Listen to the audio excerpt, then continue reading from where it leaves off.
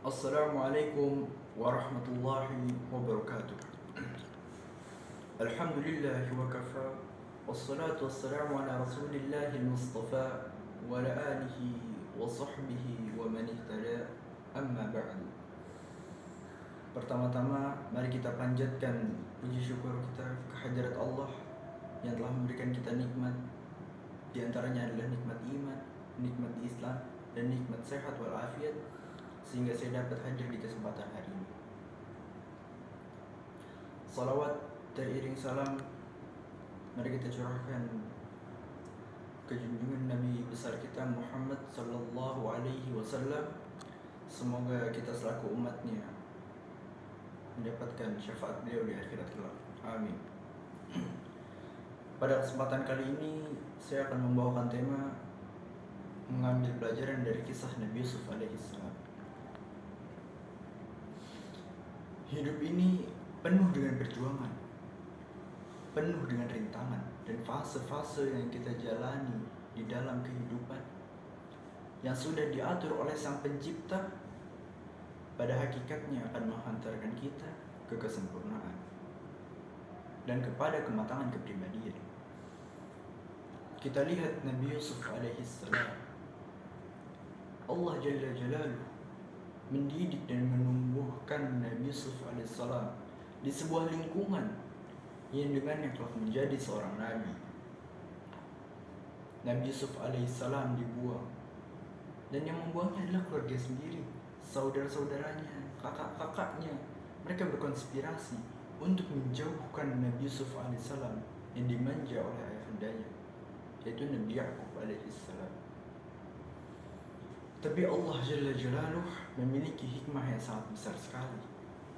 Nabi Yusuf alaihissalam melalui perjalanan yang sangat panjang dibuang di sebuah sumur, kemudian dijual kepada salah seorang dari bangsawan Mesir, dan setelah ia dewasa ia digoda oleh istri dari bangsawan Mesir.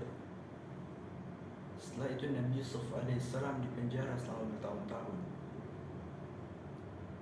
Untuk apa? Agar Nabi Yusuf alaihissalam menjadi seorang nabi yang tahan banting.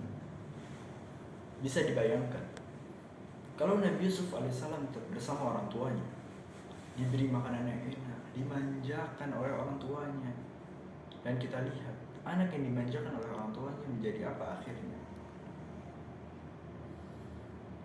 Tapi Allah Jalla Jalaluhu ketika memisahkan Nabi Yusuf alaihissalam dari orang tuanya, kelak Nabi Yusuf alaihissalam keluar penjara menjadi seorang sosok laki-laki yang membuat perubahan di muka bumi.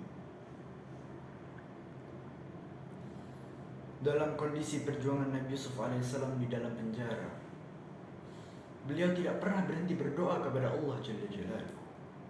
Begitu pula dengan ayahandanya Nabi Ya'qub alaihissalam. Nabi Ya'qub alaihissalam tidak pernah berputus asa, tidak pernah berhenti memohon, tidak pernah berhenti berharap kepada Allah Jalla Jalaluhu.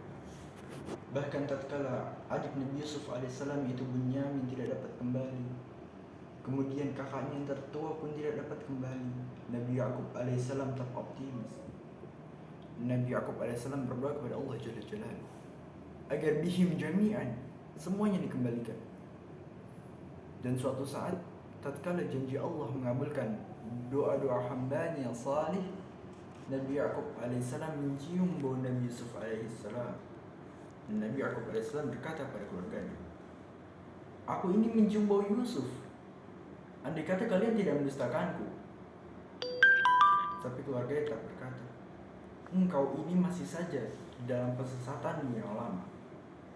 Tapi Nabi Ya'qub alaihissalam tetap optimis.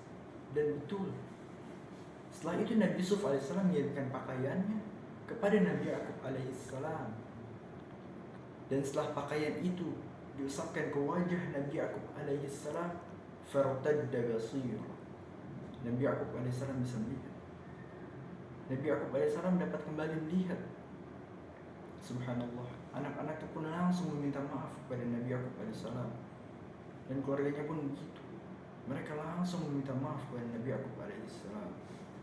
Jadi intinya hidup ini penuh dengan perjuangan. Kalau kau mendapatkan cobaan, ya lihatlah Nabi Ya'qub alaihissalam. cobaannya beliau dipisahkan dari anak tercintanya dan menjadi subhanallah menjadi buta karena seringnya menangis.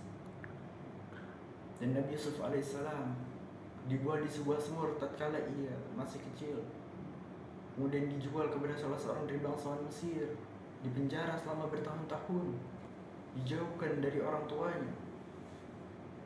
Jadi kita harus terus bersabar untuk menghadapi semua yang terjadi. Dan tatkala kita bersabar, Allah mengatakan wa basyiris sabirin, berikanlah kabar gembira. Buat siapa? Buat orang-orang yang bersabar.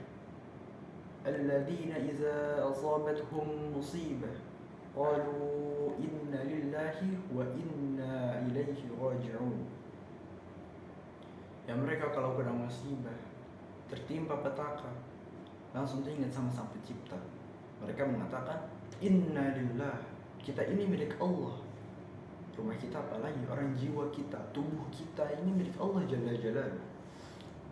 Wa inna ilaihi raji'un, dan kelak kita akan kembali kepada Allah Jalla Jalaluhu. Ulaika alaihim salawatun min rabbihim wa rahmah wa ulaika humul muhtadun. Mereka adalah orang-orang yang mendapatkan salawat dari Allah. Mereka adalah orang-orang yang mendapatkan rahmat dari Sang Pencipta. Mereka adalah orang-orang yang mendapatkan hidayah. Belajarlah dari Nabi Yusuf alaihissalam dan belajarlah dari Nabi Yaqub alaihissalam agar kita bisa terus bersabar. Demikian ceramah singkat ini saya sampaikan. Semoga kita bisa mengambil ibrah dari kisah Nabi Yusuf alaihissalam. Assalamualaikum warahmatullahi wabarakatuh.